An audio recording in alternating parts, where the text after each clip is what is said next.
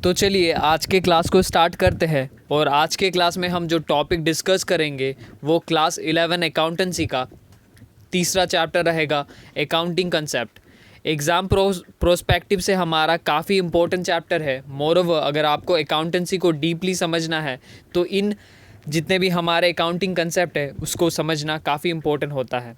तो चलिए क्लास को स्टार्ट करते हैं। क्लास को स्टार्ट करने से पहले हम समझेंगे अकाउंटिंग कंसेप्ट क्या है। अकाउंटिंग कंसेप्ट हमारा बेसिक अजम्पशन है और रूल्स है जिसके मदद से जितने भी हमारे बिजनेस ट्रांजैक्शन होते हैं हम उसे बुक्स ऑफ अकाउंट्स में रिकॉर्ड करते हैं और आफ्टर दैट हम उसी ट्रांजैक्शन के मदद से हम क्या करते हैं, हमारे जितने भी फिनेंशियल स्टेटमेंट होते हैं उनको प्रिपेयर करते हैं। अब अकाउंटिंग कंसेप्ट का मेन ऑब्जेक्टिव क्या है? इसका मेन ऑब्जेक्टिव है यूनिफॉर्मिटी मेंटेन करना। अब देखो, सभी जितने भी हमारे बिजनेस है वो अपने अकाउंटिंग कंसेप्ट डेवलप करेंगे और उस बेसिस से ट्रांजैक्शन को रिकॉर्ड करेंगे तो हम किसी भी बिजनेस के बीच में कंपैरेटिबिलिटी नहीं कर पाएंगे।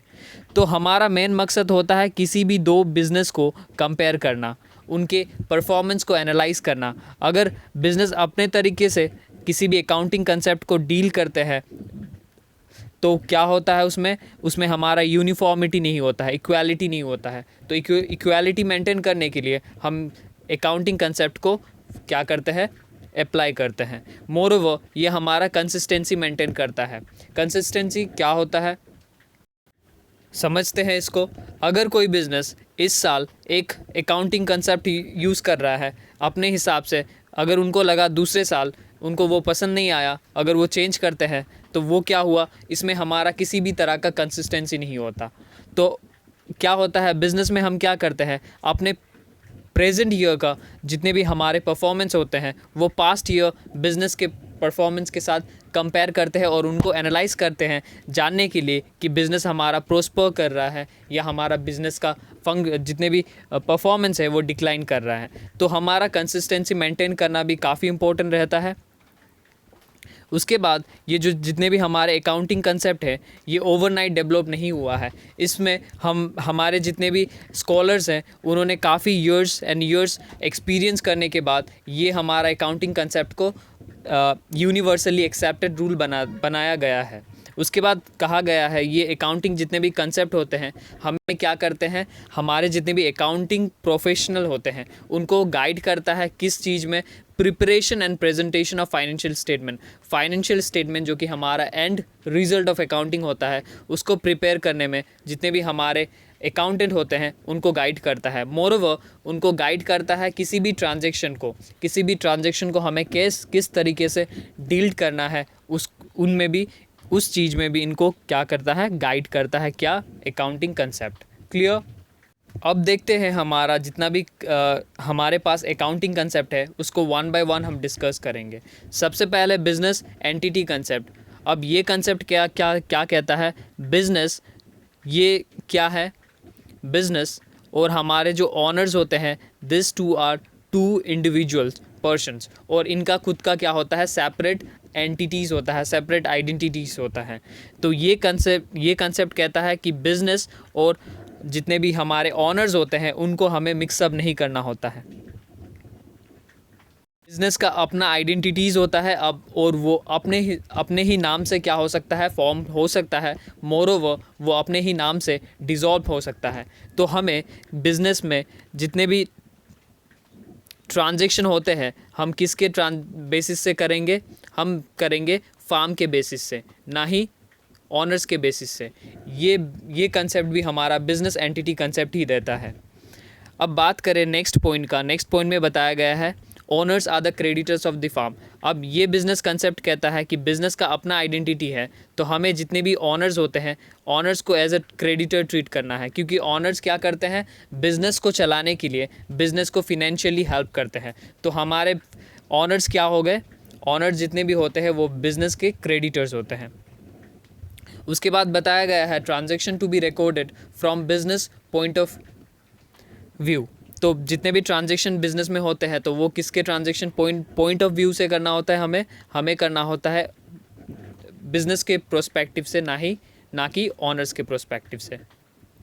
उसके बाद बताया गया है business holds it's self identity can be form and dissolve in its on name. अब जितने भी बिजनेस होते हैं वो अपने नाम से स्टार्ट होते हैं, ठीक है, अपने नाम से बैंक अकाउंट बना सकते हैं, अपने नाम से लीगल जितने भी हमारे कॉन्ट्रैक्ट होते हैं उसमें एंटर कर सकते हैं, मोरोवर अपने नाम से ही टर्मिनेट हो सकते हैं। तो हमें बिजनेस को एक सेपरेट आइडेंटिटी की तरह रखना होता है। और ऑनर्स एंड बिजनेस जो होते हैं उनके बीच में जितने भी उनके प्रॉपर्टीज़ है, पर्सनल प्रॉपर्टीज़ हो चाहे कुछ भी हो, हमें उसको मिक्सअप नहीं करना होता है। से फॉर एग्जांपल एक ऑनर्स है जिसके पास एक लैंड प्रॉपर्टी है, ठीक है, वो अब हम जब भी अकाउंटेंसी करेंगे तो अकाउंटेंसी में जितने भी इनके एसेट होंगे उन एसेट में इन लैंड को नहीं दिखाया जाएगा, क्योंकि अगर हम वैसे करते हैं तो हमारे जितने भी बिज़नेस और पर्सनल प्रॉपर्टी है उसके बीच में क्या होगा, कन्फ्लिक्ट होगा। हमें एक्चुअल प्रॉफिट, एक्चुअल बिज़नेस का पोजीशन दिखाने के लिए, एक्चुअल उसका फिनेंशियल पोजीशन को दिखाने के लिए इन दोनों को सेपरेट इंडिविजुअल की तरह ट्रीट करना होता है। अब इसका एडवांटेजेस क्या है, हमें एक्यूरेट प्रॉफिटेबिलिटी मिलता है। हमें क्या होगा, इस कंसेप्ट के मदद से हमें जितने भी हमारे प्रॉफिट निकल के आते हैं वो क्या होंगे, एक्यूरेट होंगे। ये क्या करता है, हमें रेस्ट्रेंट करता है कि किस चीज़ में, जितने भी ऑनर्स के प्राइवेट प्रॉपर्टी हैं उनको बिज़नेस में रिकॉर्ड करने के लिए। अब और एक इम्पोर्टेंट चीज़ को समझते हैं, अगर बिज़नेस, ठीक है, अगर बिज़नेस से किसी भी तरह का ऑनर्स अमाउंट ड्राइंग करता है तो उसको हम मानेंगे एक्सपेंसेस की तरह, और उसे एक्सपेंसेस की तरह ही रिकॉर्ड किया जाता है, और जिसको हम कहते हैं ड्राइंग्स, ठीक है। ये भी बिज़नेस एंटिटी कंसेप्ट से ही डिराइव्ड हुआ है। तो ये था हमारा बिज़नेस एंटिटी कंसेप्ट। उसके बाद हम देखते हैं दूसरा जो कंसेप्ट हमारे पास है, उसके बाद है money measurement concept. Money measurement concept कहता है बिज़नेस में हमारा 2 टाइप्स ऑफ ट्रांजेक्शन होता है। एक होता है फिनेंशियल ट्रांजेक्शन, एक होता है नॉन फिनेंशियल ट्रांजेक्शन। हमें फिनेंशियल ट्रांजेक्शन को ही बिज़नेस में रिकॉर्ड करना होता है, हम नॉन फिनेंशियल ट्रांजेक्शन को कभी भी बिज़नेस में रिकॉर्ड नहीं करते हैं। इसका रीज़न क्या है, हमारा नॉन फिनेंशियल ट्रांजेक्शन, अब अकाउंटेंसी करने का हमारा मेन मकसद होता है कि किसी भी बिज़नेस यूनिट का प्रॉफिट या लॉस को डिटरमाइन करना। अगर हम नॉन फिनेंशियल ट्रांजेक्शन को रिकॉर्ड करते हैं तो उससे हमारा किसी भी तरह का बिज़नेस में प्रॉफिट को इम्पैक्ट नहीं करेगा। उसके वजह से हम जितने भी ट्रांजेक्शन होते हैं फिनेंशियल ट्रांजेक्शन को ही बिज़नेस में क्या करते हैं, रिकॉर्ड करते हैं, और हमारा नॉन फिनेंशियल ट्रांजेक्शन को इग्नोर करते हैं। अब जो भी जिस कंट्री में है, से फॉर एग्जांपल हम अकाउंटिंग मेंटेन कर रहे हैं इंडिया में, तो हमारा क्या होगा, अपने जो इंडिया का करेंसी है उसके बेसिस में क्या करेंगे, ट्रांजेक्शन को रिकॉर्ड करेंगे, जो कि हमारा रुपी होगा। उसके बाद बताया गया है, अब इस कंसेप्ट को हम सर्टेन वे से क्रिटिसाइज़ करते हैं, क्योंकि हमारे बिज़नेस में काफ़ी इम्पोर्टेंस नॉन फिनेंशियल ट्रांजैक्शन होता है जिसको हम बुक्स ऑफ अकाउंट्स में रिकॉर्ड नहीं करते हैं, जैसे कि policies of business, rules of business, business का इंडस्ट्रियल रिलेशनशिप कैसा है बाकी इंडस्ट्री के साथ, health condition of the board of directors, ये सब हम किसी भी तरह का रिकॉर्ड नहीं करते हैं। हमें एक सजेशन के तौर से ले सकते हैं कि हमें ऐसा अकाउंटेंसी का फॉर्म निकालना होगा जिसमें हम क्या करेंगे, क्वालिटेटिव इन्फॉर्मेशन को रिकॉर्ड करेंगे। ये भी हमें इन अ सर्टेन वे हमारे, ऑल्दो ये हमारा डायरेक्टली प्रॉफिट को इफ़ेक्ट नहीं करता है, बट ऑल्दो ये हमें किसी सेकेंडरीली ये क्या कर सकता है, हमारे प्रॉफिट को इम्पेक्ट कर सकता है। तो इस तरह का ट्रांजैक्शन को भी हमें एक सेपरेट वे में बिज़नेस में रिकॉर्ड करना होता है। ये एक फॉर्म ऑफ सजेशन है, अभी तक हमारा होता नहीं है। उसके बाद बताया गया है transaction are to be kept not in the physical quantities but in the monetary units. अब यहाँ पर बताया गया है, हम मनी मेजरमेंट कंसेप्ट हमें कहता है जितने भी हम ट्रांजैक्शन को रिकॉर्ड करते हैं वो क्या करते हैं, मनी के फॉर्म में ट्रांजैक्शन को रिकॉर्ड करते हैं, ना कि उनके फिजिकल यूनिट्स के। से फॉर एग्जांपल मैंने 100 kgs ऑफ राइस परचेज़ किया और उसका अमाउंट था 2000, नॉट 2000, लेट्स टेक इट 20,000, ठीक है। अब देखो ये जो 100 केजीस ऑफ राइस है, अब मैं इसे जब बिज़नेस में ट्रांजैक्शन में रिकॉर्ड करूँगा तो मैं इसे क्या करूँगा, मॉनिटरी फॉर्म में लिखूँगा, ना कि इसके जितने भी यूनिट्स हैं 100 यूनिट्स की 100 केजी को मैं इग्नोर करूँगा। यहाँ पर कहा गया है जो भी ट्रांजैक्शन बिज़नेस में रिकॉर्ड होगा वो फिजिकल यूनिट के बेसिस में नहीं होगा, मॉनिटरी यूनिट के बेसिस में होगा। इस कंसेप्ट को हम क्या कहते हैं, मेजरेबिलिटी कंसेप्ट भी कहते हैं। उसके बाद अब ये हमारा इसका एडवांटेजेस क्या है। एडवांटेजेस की बात करें तो ये बताता है अकाउंटेंट को कि किस तरीके से हमें किसी भी तरह का ट्रांजैक्शन को रिकॉर्ड करना है। अगर वो फिनेंशियल है तो उसको कहाँ हमारे बुक्स ऑफ अकाउंट में प्लेस मिलेगा। If it's not a financial transaction वो हमारा बुक्स ऑफ अकाउंट्स में रिकॉर्ड नहीं होगा। अब ईजी टू अंडरस्टैंड है।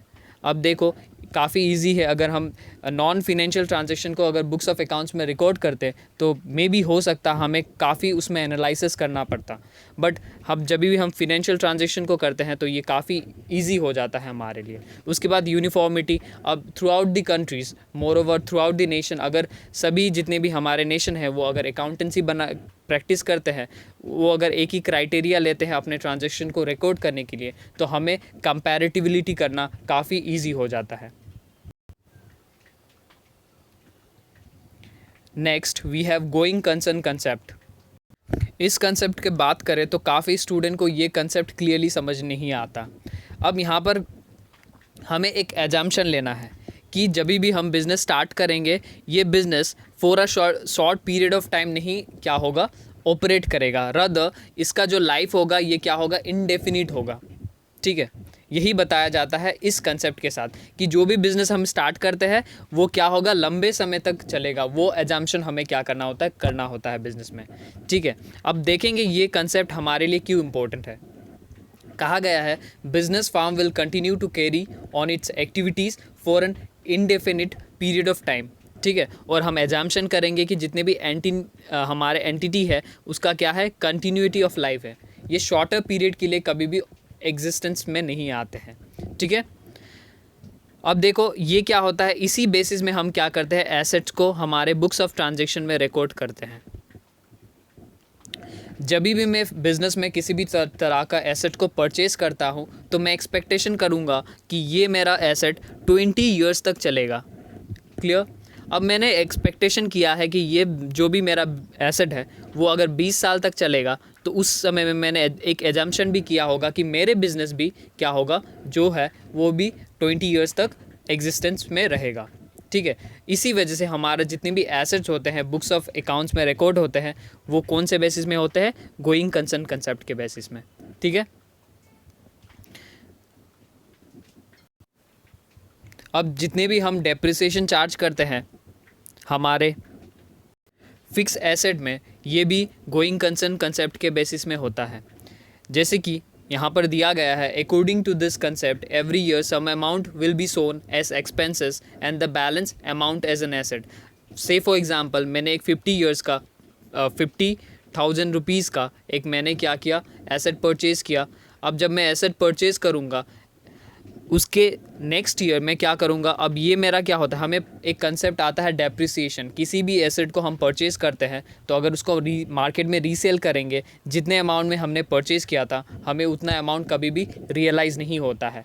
तो हमें एवरी ईयर्स हमें क्या करना होता है, certain amount as an expenses minus करना होता है। तो मैंने क्या किया था, 50,000 में एसेट परचेज़ किया था, अब मैं इसमें डेप्रिसिएशन चार्ज करूँगा 10% फॉर अ ईयर, तो मेरा कितना बन जाएगा, 5,000। तो नेक्स्ट ईयर जब भी बुक्स ऑफ अकाउंट्स में हमारा एसेट्स को दिखाया जाएगा, ये दिखाया जाएगा 45 क्या होगा, 1000 में। ठीक है, यही हमारा गोइंग कंसर्न कंसेप्ट हमें बताता है। उसके बाद ये सिग्निफिकेंस क्यों है हमारा, इसका इम्पोर्टेंस की बात करें तो ये हमारे लिए क्यों इम्पोर्टेंट है, ये हमें जितने भी हमारे इन्वेस्टर्स होते हैं उनको फार्म में इन्वेस्ट करने में भी मदद करता है। ठीक है, अब वो इन्वेस्टर्स कितने साल के लिए इन्वेस्ट करेंगे, वो 1 ईयर्स शॉर्टर पीरियड के लिए नहीं करते हैं, लॉन्गर पीरियड के लिए करते हैं। तो वो भी एक एजम्पशन करते हैं कि ये बिज़नेस लंबे समय तक चलेगा। ठीक है, उसके बाद दिया गया है हम जितने भी डेप्रिसिएशन चार्ज करते हैं फिक्स एसेट में, ये भी हमारा कहाँ से होता है, गोइंग कंसर्न कंसेप्ट, जो मैंने एक्सप्लेन कर दिया है पहले। उसके बाद अकाउंटिंग पीरियड कंसेप्ट। अब पहले वाला कंसेप्ट क्या था कि बिजनेस लॉन्ग पीरियड तक हमारा क्या करता है, चलता है, एग्जिस्टेंस करता है। बट अगर हम स्टार्ट करें बिज़नेस, अगर एग्जांपल ले लो, एक मैंने बिज़नेस स्टार्ट कर दिया, बिज़नेस स्टार्ट करने के बाद मैं इस बिज़नेस को चला रहा हूँ और इसके जितने भी परफॉर्मेंस है उसे मैं एनालाइज नहीं कर रहा हूँ, तो मुझे बिज़नेस कैसे परफॉर्म कर रहा है वो मुझे पता नहीं चलेगा। उसी लिए हमें क्या करना होता है, over a period of time, एक स्पेसिफिक पीरियड ऑफ टाइम के बाद हमें क्या करना होता है, अपने आप को, ठीक है, रुकना होता है और जानना होता है कि इतने समय के बीच में मेरे बिज़नेस ने कैसे परफॉर्म किया। ये हमारा अकाउंटिंग पीरियड्स कंसेप्ट कहता है। हम जब भी ट्रांजैक्शन रिकॉर्ड करते हैं ये हमारा लाइफ टाइम के लिए नहीं होता है, for a short period of time होता है, एक स्पेसिफिक पीरियड ऑफ टाइम होता है, ठीक है। अब ये कंसेप्ट कहता है कि हमें जितने भी हम बैलेंस शीट और profit and loss account prepare करते हैं वो हमारा रेगुलर इंटरवल के बाद प्रिपेयर करना होता है। कैसे एग्जांपल लेते हैं, एक जो कंपनी होते हैं नॉर्मली क्या करते हैं, आफ्टर 1 ईयर क्या करते हैं, अपने बिजनेस का बैलेंस शीट और प्रॉफिट एंड लॉस प्रिपेयर करते हैं। ये कौन से कंसेप्ट के द्वारा दिया गया था, accounting period concept. Clear? Necessary for different purposes, किसके लिए, कैलकुलेशन ऑफ प्रॉफिट, हम क्या करते हैं, प्रॉफिट कैलकुलेट करते हैं इस कंसेप्ट की मदद से। एसर्टनिंग फिनेंशियल पोजीशन, किसी भी बिजनेस का फिनेंशियल पोजीशन एक शॉर्ट पीरियड के टाइम में कितना हुआ है वो जानते हैं। उसके बाद टैक्स कंप्यूटेशन, अगर टैक्स कंप्यूट करने में भी हमें मदद होता है, हेल्प होता है, ठीक है। उसके बाद दिस कंसेप्ट अज्यूम दैट हमारा क्या होता है, business indefinite life of business को हमने क्या किया है, ये कंसेप्ट कहता है जो इंडेफिनिट लाइफ ऑफ बिजनेस जो होता है उनको हमें शॉर्टर पीरियड ऑफ टाइम में डिवाइड करना पड़ता है, ठीक है, जो कि हमारा 1 ईयर हो सकता है, 6 मंथ हो सकता है, 3 मंथ्स हो सकता है, 1 मंथ हो सकता है। बट यूजुअली अगर इंडिया की बात करें तो इंडिया में हमारा 1 ईयर्स क्या है, हमारा एक्सेप्टेड किया गया है as an accounting period. For bringing more uniformity हम क्या करते हैं, 1 ईयर को एक्सेप्ट करते हैं एज हमारा अकाउंटिंग पीरियड। अब देखो हम अपने अकाउंट्स को कैसे प्रिपेयर कर सकते हैं, हमारे पास 2 ईयर्स हो सकते हैं, एक होते हैं, अब 1 ईयर्स में भी होता है, 2 तरीके से हम अकाउंट्स मेंटेन कर सकते हैं। एक होता है फिनेंशियल ईयर जो हमारा स्टार्ट होता है 1 अप्रैल से लेकर एंड करता है 31 मार्च को, ठीक है, ये हमारा, इसे कहा जाता है फिनेंशियल ईयर। और इस के बीच में जितने भी हमारे बिजनेस के ट्रांजैक्शन होते हैं उसे हम बुक्स ऑफ अकाउंट्स में रिकॉर्ड करते हैं और उस पीरियड के अंतराल जितने भी बिजनेस में ट्रांजैक्शन हुए थे उनको हम क्या करते हैं, एनालाइज करते हैं और उस बेसिस में हम उनके परफॉर्मेंस को इवैल्यूएट करते हैं, ठीक है। उसके बाद नेक्स्ट दिया गया है कैलेंडर ईयर। अब कैलेंडर ईयर हमारा बिगिन करता है 1 जनवरी से और एंड करता है 31 दिसंबर को। अब हमारे जो इंडिया में इंडियन कंपनीज एक्ट है जो कि 2013 में क्या हुआ था, अमेंडमेंट हुआ था, उसके दौरान कहा गया था कि हम जब भी अकाउंटेंसी करेंगे तो हमारा फिनेंशियल ईयर को ही एक्सेप्ट करना होगा बिज़नेस को, ना कि वो कैलेंडर ईयर। अभी हमारा ये एग्जिस्टेंस में नहीं है, ठीक है। तो अभी हम जब भी अकाउंटिंग करेंगे तो फिनेंशियल ईयर को ही हमें अकाउंटिंग पीरियड की तरह एज्यूम करना होता है। उसके बाद किसके लिए हमें, वाई दिस इज़ हेल्पफुल अब बताए, कहा गया है कि जितने भी हमारे बैंक्स, फिनेंशियल इंस्टीट्यूशन और क्रेडिटर्स को क्या होता है, इनके परफॉर्मेंस को एनालाइज करने के लिए क्या ये अकाउंटिंग कंसेप्ट काफ़ी मदद करता है। Clear? Next we have dual concept, dual aspect concept.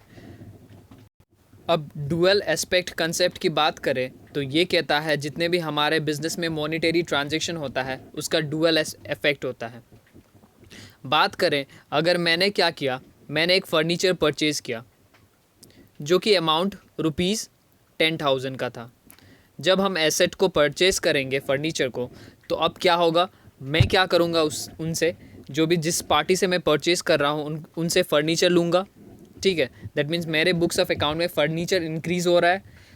अब जब भी हम फर्नीचर लेंगे इन रिटर्न हमको उनको क्या करना होता है, पेमेंट करना होता है, ठीक है। हम क्या पेमेंट करेंगे, कैश पेमेंट कर रहे हैं। That means inflow of furniture हो रहा है बिजनेस में एंड आउटफ्लो ऑफ कैश हो रहा है। दैट मीन्स एक ट्रांजेक्शन का 2 इफेक्ट हो सकता है। आप किसी भी बिजनेस ट्रांजैक्शन को पिक करिए और देखिए, तो उसमें आपको समझ में आ जाएगा कि हमारे जितने भी बिजनेस ट्रांजैक्शन होते हैं उसमें क्या होता है, उनका डुअल एस्पेक्ट होता है, इफ़ेक्ट होता है। यही हमारा डुअल एस्पेक्ट कंसेप्ट कहता है। एग्जाम्पल के तौर से दिया गया है, example goods purchase for cash has to aspect. अब हम क्या करते हैं, गिविंग ऑफ कैश, कैश देते हैं, और हम इन अगेंस्ट हम क्या करते हैं, रिसीव्स ऑफ गुड्स। ठीक है, अब ये हमारा एक अकाउंटिंग इक्वेशन में बेस्ड है। अकाउंटिंग इक्वेशन क्या है हमारा, एसेट्स, जितने भी बिजनेस के एसेट्स है वो किसके साथ इक्वल होना चाहिए, लाइबिलिटी प्लस कैपिटल। क्लियर, ये मैंने पहले वाला वीडियो में भी एक्सप्लेन किया था, तो इसमें हम ज़्यादा एम्फसाइज नहीं करेंगे। अब जब भी हम टोटल करेंगे both the sides, assets and asset left hand side और राइट हैंड साइड को, तो हमारा ऑलवेज इक्वल होना होगा। जितने भी हमारे पास लाइबिलिटीज़ है और कैपिटल है, अगर उन दोनों को मिला देंगे तो हमारे जितने एसेट होंगे उसके साथ वो इक्वल होंगे। एग्जाम्पल के तौर से एक शॉर्ट एग्जाम्पल लेते हैं। एग्जाम्पल कैसे लेंगे, सपोज़ मैंने एक बिज़नेस स्टार्ट किया। ठीक है, बिज़नेस में मैंने क्या किया, 2 lakh rupees as a capital invest किया। जब मैंने 2 लाख रुपीज़ बिज़नेस में इन्वेस्ट किया, ये अमाउंट मेरे लिए सफिशिएंट नहीं था, तो मैंने क्या किया, मेरे पास पैसा नहीं था, तो मैंने क्या किया, बैंक से बोरो किया 1 लाख रुपीज़। ठीक है, अब बैंक मेरे लिए क्या है, ये मेरा लाइबिलिटीज़ है, क्योंकि उनसे मैंने लोन लिया है, उधार लिया है, तो ये मेरे बन गए लाइबिलिटीज़। ठीक है, तो अब इन दोनों को हम ऐड करेंगे तो टोटल हमारा क्या होगा, 3 लाख। अब मेरे पास कितना है बिज़नेस में, 3 लाख रुपीज़ है। अब 3 लाख रुपीज़ की कौन से फॉर्म में है, कैश फॉर्म में है। अब कैश हमारे लिए क्या है, एसेट है। तो अब मेरे लिए जब मेरा कैपिटल 2 लाख रुपीज़ यहाँ पर इंक्रीज़ हुआ है, तो साथ ही साथ मेरा कैश भी इंक्रीज़ हुआ है जो कि 2 लाख रुपीज़ का है। मोरोवर मेरा जब लाइबिलिटीज़ 1 लाख रुपीज़ इंक्रीज़ हुआ है, यहाँ पर साथ ही साथ मेरे एसेट साइड में भी 1 लाख रुपीज़ इंक्रीज़ हुआ है। तो वैसे करके देखें तो हमारे जितने भी एसेट में अमाउंट है वो लाइबिलिटी के साथ इक्वल हो रहा है। अब आप बाकी ट्रांजैक्शन को भी देख सकते हो, एनालाइज करके आपको ऐसा ही कुछ मिलेगा। ठीक है, अब इतने के साथ आई होप ये कंसेप्ट भी आपको क्लियर है। उसके बाद हम देखते हैं नेक्स्ट कंसेप्ट हमारा, कंसिस्टेंसी कंसेप्ट। अब कंसिस्टेंसी कंसेप्ट क्या कहता है, जितने भी हम बिज़नेस करते समय जितने भी अकाउंटिंग पॉलिसीज़, अब हमारे पास वेरियस अकाउंटिंग पॉलिसीज़ हैं। अब हर एक पर्टिकुलर ट्रांजैक्शन के लिए हमारे पास अल्टरनेटिव्स हैं। अब हमने सपोज एग्जांपल के तौर लेते हैं, डेप्रिसिएशन चार्ज करने में स्ट्रेट लाइन मेथड, हमारे पास वेरियस मेथड है, तो हमने स्ट्रेट लाइन मेथड को क्या किया है, अडॉप्ट किया है। तो अब हमें क्या करना है, इसी स्ट्रेट लाइन मेथड को ही कंटिन्यू रखना है, क्योंकि अगर हम फ्रीक्वेंटली अपने अकाउंटिंग पॉलिसीज़ प्रैक्टिस को चेंज करेंगे तो उसमें क्या होगा, कंसिस्टेंसी नहीं आएगा, जिसकी वजह से हम अपने फार्म के बीच में जो इंट्रा फार्म कंपैरिजन होगा वो प्रॉपरली नहीं कर पाएंगे। तो हमें जब भी intra firm otherwise inter firm comparison properly करने के लिए हमें क्या करना होता है, कंसिस्टेंसी मेंटेन करना होता है। क्लियर, यही कहते हैं कंसिस्टेंसी कंसेप्ट। जो भी हम एजम्पशन अकाउंटिंग पॉलिसीज़ अडॉप्ट करते हैं उसी को हमें क्या करना होता है, बरकरार रखना होता है। अब बोला है, it helps in the comparative study of financial statement of the current year with the previous year. अब financial statement of the current year को हम क्या कर सकते हैं, मोर प्रॉपरली कंपेयर कर सकते हैं प्रीवियस ईयर के साथ, अगर हमारा कंसिस्टेंसी मेंटेन किया गया है। अगर हम किसी भी तरह का अकाउंटिंग पॉलिसीज़ में चेंज करते हैं, तो अगर हम किसी भी फिनेंशियल ईयर को, प्रेजेंट फिनेंशियल ईयर को अगर हमारे पास्ट फिनेंशियल ईयर के साथ कंपेयर करते हैं, तो वहाँ पर जो रिज़ल्ट आएगा वो एक्यूरेट नहीं हो सकता है because of change in accounting policies. तो कहा गया है हमें कंसिस्टेंसी मेंटेन करना है। अब यहाँ पर कहा भी गया है कब हम अकाउंटिंग पॉलिसीज़ को चेंज कर सकते हैं, अगर ये रिक्वायर्ड बाय लॉ और अकाउंटिंग स्टैंडर्ड, अगर अकाउंटिंग स्टैंडर्ड किसी भी तरह का गाइडेंस प्रोवाइड करता है जिसमें कहा जाएगा कि हमें अकाउंटिंग पॉलिसीज़ को चेंज करना है, उस दौरान हम अपने अकाउंटिंग पॉलिसीज़ को चेंज कर सकते हैं। सेकेंडली बोला गया है, अगर किसी भी तरह का अकाउंटिंग चेंजेस हम करते हैं अपने बिजनेस में, जिसके कारण हमारे जो प्रेजेंटेशन होगा फिनेंशियल स्टेटमेंट का, वो मोर मीनिंगफुल हमें क्या देगा, आउटपुट देगा, रिजल्ट देगा। तो उस दौरान भी हम क्या कर सकते हैं, हमारे अकाउंटिंग पॉलिसीज़ को चेंज कर सकते हैं। Thirdly, changes should be disclose. अगर हम किसी भी तरह का अकाउंटिंग पॉलिसी में चेंजेस कर रहे हैं तो हमें वो अपने बैलेंस शीट के साथ नोट्स टू अकाउंट में मेंशन करना होता है। क्लियर?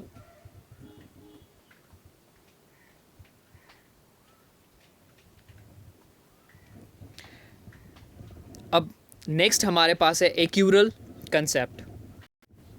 अब ये जो कंसेप्ट कहता है काफ़ी इजी है, एक बार समझ लेते हैं। कहता है कि जो भी हमारा रेवेन्यू एक्सपेंसेस होता है जिस पीरियड में हुआ है उसी पीरियड में हमें क्या करना होता है, रिकॉर्ड करना होता है, ना कि जब वो रिसीव्ड होता है और पेड किया जाता है। एग्जाम्पल के तौर से समझेंगे, काफ़ी इजीली समझ में आएगा। सपोज़ मैंने क्या किया, मेरे बिज़नेस से एक कस्टमर को मैंने 2000 का सामान सेल किया। अब जब मैंने सेल किया तो उसने क्या किया था, क्रेडिट में परचेज़ किया था, उधार में परचेज़ किया था। तो अब मुझे क्या ये कंसेप्ट कहता है, जब भी हम किसी को सामान सेल करते हैं, चाहे वो कैश हो या क्रेडिट में हो, हमें क्या करना होता है बिज़नेस में, उसी दौरान उस ट्रांजैक्शन को रिकॉर्ड करना होता है। कैश रिसीव्ड किया गया है या नहीं किया है वो हमारा एक क्राइटेरिया नहीं है। हमें क्या करना है, बाय द टाइम हम क्या करते हैं, एक्सचेंज ऑफ ट्रांजैक्शन करते हैं, उसी दौरान हमें ट्रांजैक्शन को बिज़नेस में रिकॉर्ड करना होता है। यही हमारा एक्यूरल कंसेप्ट कहता है। It is an important concept because it recognise the assets, liabilities, income and expenses only when transaction related to it are enter into. अब यहाँ पर कहता है कि जब हम ये कंसेप्ट को बिज़नेस में अप्लाई करते हैं तो ये क्या करता है, हमारे एसेट्स, लाइबिलिटी, इनकम और एक्सपेंसेस को रिकग्नाइज करने में काफ़ी मदद करता है। से फॉर एग्ज़ाम्पल, अगर सपोज़ मैंने थ्रू आउट द ईयर अगर सेल किया है 2 लाख रुपीज़ का, बट उसमें से अगर मेरा 40,000 कैश है, बाकी 1,60,000 क्या है, क्रेडिट है। अगर मैं कैश बेसिस में लूँ तो मेरे बिज़नेस में मैं क्या दिखाऊंगा कि थ्रू आउट द ईयर मैंने सेलिंग कितना किया है, 40,000। तो ये हमारा एक्यूरेट रिजल्ट ऑफ बिज़नेस नहीं दिखा रहा है। तो उसके लिए हमें क्या करना होता है, क्रेडिट आइटम्स को भी क्या करना होता है, बिज़नेस में रिकॉर्ड करना होता है।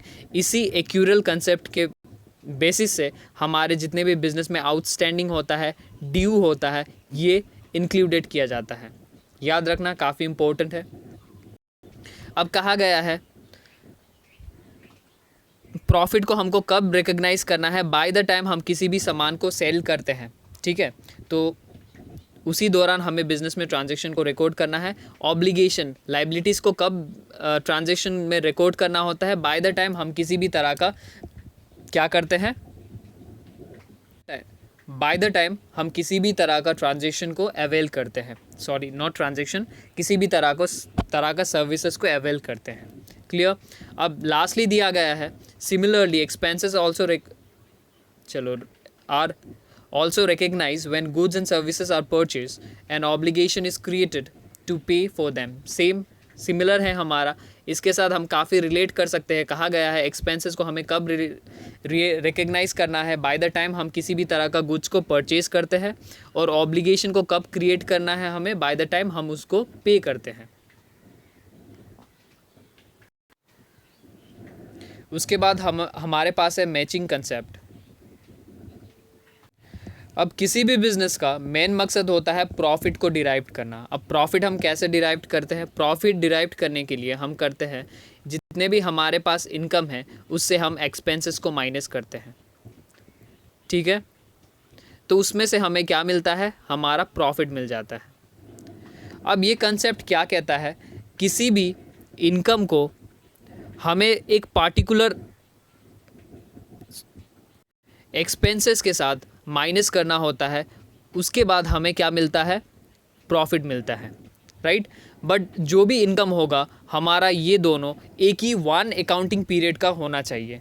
से फॉर एग्जांपल, अगर मैं 2016 का प्रॉफिट निकालूंगा तो मुझे इनकम जो लूँगा मैं, वो मेरा 2016 का इनकम होना होगा।